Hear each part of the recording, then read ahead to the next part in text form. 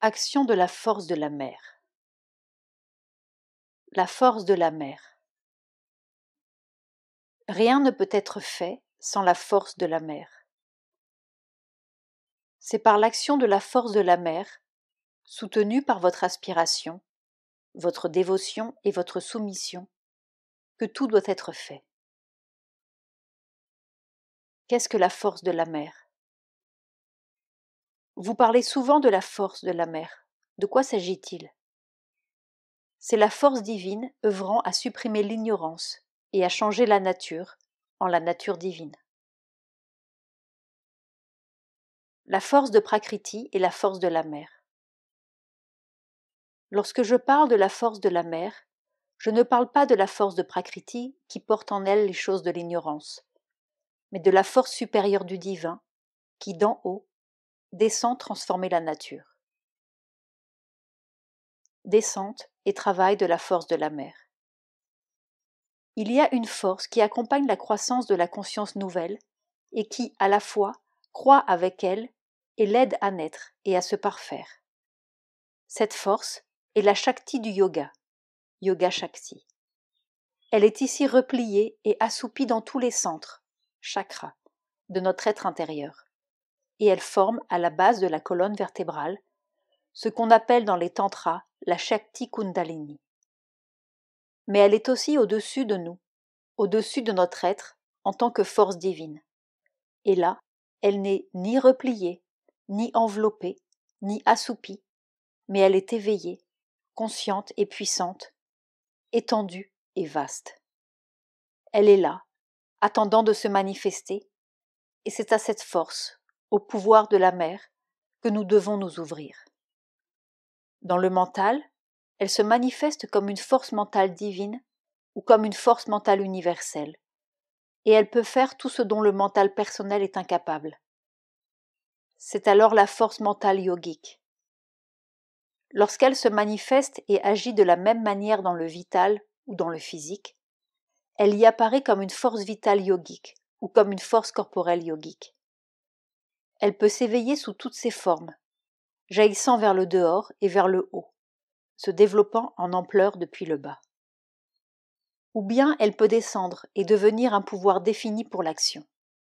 Elle peut se déverser dans le corps, œuvrant, établissant son règne, se développant en ampleur depuis le haut. Elle peut relier ce qui est le plus bas en nous à ce qui est le plus élevé au-dessus de nous. Elle peut libérer l'individu dans une universalité cosmique ou dans l'absolu et le transcendant. Il est certain qu'en un sens, la descente des pouvoirs supérieurs est la descente même de la Mère divine, car en eux, c'est elle qui descend. Lorsque la paix est établie, cette force supérieure ou divine qui vient d'en haut peut descendre et travailler en nous. D'habitude, elle descend d'abord dans la tête et libère les centres du mental interne, puis dans le centre du cœur et libère entièrement l'être psychique et émotif, puis dans le centre ombilical et les autres centres vitaux et libère le vital intérieur, puis dans le Muladhara et au-dessous et libère l'être physique interne. Cette force divine travaille pour la perfection aussi bien que pour la libération. Elle prend la nature tout entière, élément par élément, et la traite, éliminant ce qui doit être éliminé, sublimant ce qui doit être sublimé, créant ce qui doit être créé. Elle complète, elle harmonise, elle établit dans la nature un rythme nouveau. Elle peut aussi faire descendre une force et un domaine de plus en plus élevé de la nature supérieure, jusqu'à ce qu'ils deviennent possibles, si tel est le but de la sadhana, de faire descendre la force et l'existence supramentale. Tout cela est préparé, facilité, soutenu par le travail de l'être psychique dans le centre du cœur. Plus il est ouvert, apparent, actif, plus le travail de la force sera prompt, sûr et aisé. Plus l'amour, la bhakti et la soumission grandissent dans le cœur, plus l'évolution de la sadhana devient rapide et parfaite. Car la descente et la transformation impliquent en même temps une union et un contact croissant avec le divin. Telle est l'analyse fondamentale de la sadhana. il apparaîtra clairement qu'ici les deux choses les plus importantes sont l'ouverture du centre du cœur et celle des centres du mental à tout ce qui est derrière eux et au-dessus. Car le cœur s'ouvre à l'être psychique et les centres du mental s'ouvrent à la conscience supérieure. Or, la conjonction de l'être psychique et de la conscience supérieure est le principal moyen d'obtenir la siddhi. La première ouverture s'effectue par une concentration dans le cœur, un appel au divin pour qu'il se manifeste en nous, et pour que, à travers le psychique, il se saisisse de notre nature tout entière et la dirige. L'aspiration, la prière, la bhakti, l'amour, la soumission sont les principaux soutiens de cette partie de la sadhana, accompagnés du rejet de tout ce qui barre la route vers ce à quoi nous aspirons. La seconde ouverture s'effectue par une concentration de la conscience dans la tête, ensuite au-dessus de la tête.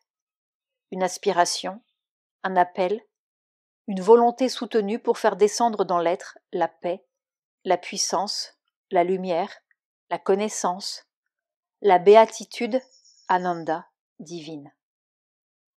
La paix d'abord, où la paix et la force ensemble. Quelques-uns, en vérité, reçoivent en premier lieu la lumière ou l'ananda, ou sont brusquement envahis par la connaissance. Pour certains, il y a d'abord une ouverture qui leur révèle un silence, une force, une lumière, ou une béatitude vaste et infinie au-dessus d'eux. Et ensuite, ils s'élèvent jusque-là, ou bien ces choses commencent à descendre dans la nature inférieure. Chez d'autres, il y a soit une descente, d'abord dans la tête, puis jusqu'au niveau du cœur, puis du nombril et au-dessous, et dans le corps tout entier, soit, sans aucun sens de descente, une ouverture inexplicable de paix, de lumière, d'étendue et de pouvoir, soit encore une ouverture horizontale dans la conscience cosmique, ou un jaillissement de connaissance dans un mental soudain élargi. On doit faire bon accueil à tout ce qui vient, car il n'y a pas de règle absolue qui s'applique à tous. Mais si la paix n'est pas venue la première, il faut prendre garde de s'enorgueillir dans une exaltation vaniteuse ou de perdre l'équilibre. De toute façon, le mouvement capital se produit lorsque la force ou shakti divine, le pouvoir de la mer, descend et prend le contrôle, car alors l'organisation de la conscience commence et la base du yoga devient plus vaste. Le courant que vous sentez descendre doit être la force de la mer qui est au-dessus de la tête. Elle coule habituellement d'au-dessus de la tête et travaille d'abord dans les centres du mental, tête et cou. Après quoi, elle descend dans la poitrine et le cœur, puis à travers le mouvement de tout le corps. Ce doit être l'effet de ce travail que vous sentez dans la tête et jusqu'aux épaules. La force qui descend d'en haut est celle qui travaille à transformer la conscience en celle d'un être spirituel supérieur. Avant cela, la force de la mer œuvre dans le psychique, le mental, le vital et même le plan physique, afin de soutenir, purifier et changer psychiquement la conscience. Le flot que vous sentez descendre sur votre tête et se déverser en vous est bien un courant de la force de la mer. C'est ainsi qu'on la sent souvent. Elle s'écoule dans le corps en courants divers et y travaille à libérer et à changer la conscience. À mesure que la conscience changera et se développera, vous commencerez vous-même de comprendre le sens et le fonctionnement de ces choses. Sentir vibrer autour de la tête la force de la mer est plus qu'une idée mentale, ou même qu'une réalisation mentale. C'est une expérience. Cette vibration est en fait l'action de la force de la mer que l'on sent d'abord au-dessus et autour de la tête, et ensuite dans la tête. La pression indique qu'elle travaille à ouvrir le mental et ses centres de façon à pouvoir entrer. Les centres du mental sont dans la tête, l'un au sommet et au-dessus, un autre entre les yeux, un troisième dans la gorge. Voilà pourquoi vous sentez la vibration autour de la tête et parfois jusqu'au cou, mais pas au-dessous. Il en est habituellement ainsi, car c'est seulement après avoir enveloppé le mental et y avoir pénétré qu'elle descend vers les parties émotives et vitales, cœur, ombilic, etc., bien qu'elle enveloppe parfois davantage avant de pénétrer dans le corps. Voici la signification de vos expériences. 1.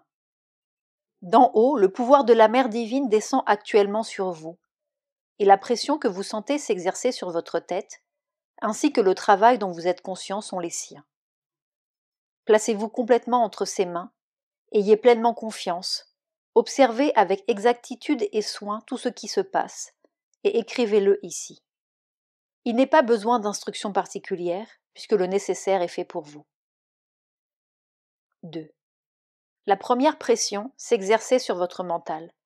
Les centres du mental sont A. La tête et au-dessus, B. Le centre du front entre les yeux, et C. La gorge, et de la poitrine en allant vers le bas, les centres vitaux mentaux, émotifs et sensitifs du mental. C'est ce dernier qui constitue le premier prana dont vous avez pris conscience. L'action du pouvoir consistait à élargir ces deux parties en vous et à les hisser vers le centre le plus bas de la conscience supérieure, au-dessus de votre tête, de façon qu'elles puissent désormais toutes deux se mouvoir en une vaste conscience universelle qui ne limite pas le corps.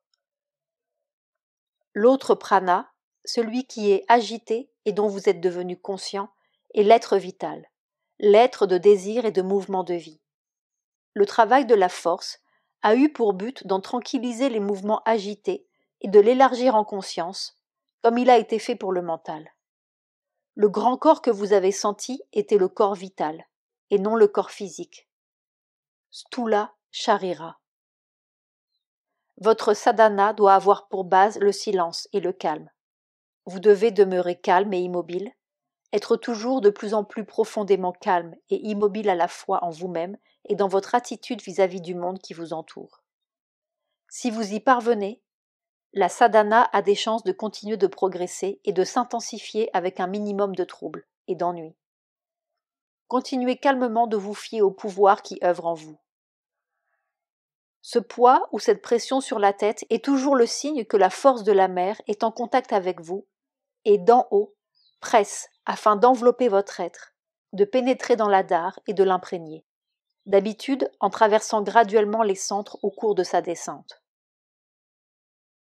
Il arrive qu'elle vienne d'abord comme paix et parfois comme force, parfois comme conscience de la mer et comme sa présence, parfois comme ananda. Précédemment, lorsque vous l'avez perdue, il a dû y avoir un soulèvement d'imperfection vitale en vous ou une attaque de l'extérieur. Bien entendu, la pression n'a pas besoin d'être toujours là. Mais si les choses suivent leur cours ordinaire, elle revient d'habitude, ou bien elle continue jusqu'à ce que l'adhara soit ouvert et qu'il n'y ait plus à l'avenir d'obstacle à la descente de la conscience supérieure. C'est la descente d'en haut de la force de la mer dans toute la moelle épinière. C'est un mouvement connu. Il existe 2 ou 3 sortes de descentes. L'une consiste à toucher la base des centres qui reposent sur la moelle épinière. Une autre à passer de la tête dans le corps, de niveau en niveau, jusqu'à ce que tout le corps soit empli et à ouvrir tous les centres de conscience. Une autre est une descente qui, de l'extérieur, enveloppe l'adhara. Ce que la mère a fait, c'est allumer le feu au-dedans.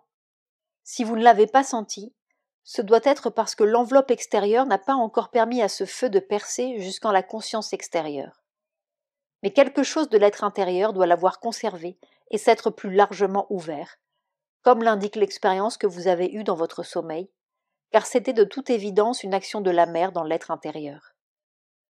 La descente du courant dans l'épine dorsale est toujours une descente de la force de la mer, œuvrant dans les centres afin de les ouvrir, et le courant que vous avez senti avec intensité est une preuve évidente que l'ouverture plus large est là. Vous n'avez qu'à persister, et l'effet du feu et de la force se traduira dans la conscience de surface. Car il y a toujours un travail préparatoire, derrière le voile, dans l'être intérieur, avant que le voile ne s'amenuise ou ne disparaisse, et que le travail ne puisse tout entier se faire avec la participation de la conscience extérieure. Quelque chose grandit en vous, mais tout à l'intérieur, néanmoins, la fermeté et l'assiduité aidant, cela finira nécessairement par se révéler. Par exemple, cette lumière d'un blanc éblouissant est traversée de courant est un indice certain que la force de la mer pénètre et travaille en l'Adar, mais cela vous est venu pendant le sommeil, c'est-à-dire dans l'être intérieur, encore derrière le voile. Dès que cela se révélera, la sécheresse s'évanouira. Depuis la soirée, la force a commencé à travailler. Pendant le darshan du soir de la mer, ma conscience s'est ouverte devant elle plus largement que jamais. Très bien. La force travaille habituellement de cette façon avec des interruptions et des retours, devenant à chaque fois plus intense et plus pleine. Unité avec la conscience universelle de la mer. D'ordinaire, la conscience du mental, de la vie, du corps, est pour chacun renfermée en soi-même. Elle est étroite et non pas vaste. Elle se voit comme le centre de tout, juge toute chose en fonction de ses propres impressions. Elle ne connaît rien sous son jour véritable. Mais lorsque, par le yoga, on commence à s'ouvrir à la conscience vraie, alors cette barrière commence à tomber.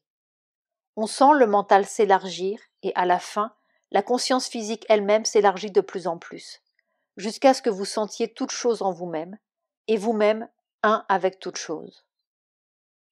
Vous devenez alors un avec la conscience universelle de la mer. C'est pourquoi vous sentez votre mental s'élargir. Mais il y a également beaucoup de choses au-dessus du mental humain, et c'est cela que vous sentez comme un monde au-dessus de votre tête. Toutes ces expériences sont courantes dans notre yoga. Ce n'est qu'un début. Mais afin que le développement puisse se poursuivre, vous devez devenir de plus en plus tranquille, de plus en plus capable de retenir tout ce qui vient sans vous montrer trop impatient ni trop excité. Le calme et la paix sont la première chose à acquérir, et avec eux la vastitude. Quelque amour ou ananda, quelque force ou quelque connaissance qu'ils viennent, dans la paix, vous pouvez tout supporter. Sri Aurobindo parle de la mer.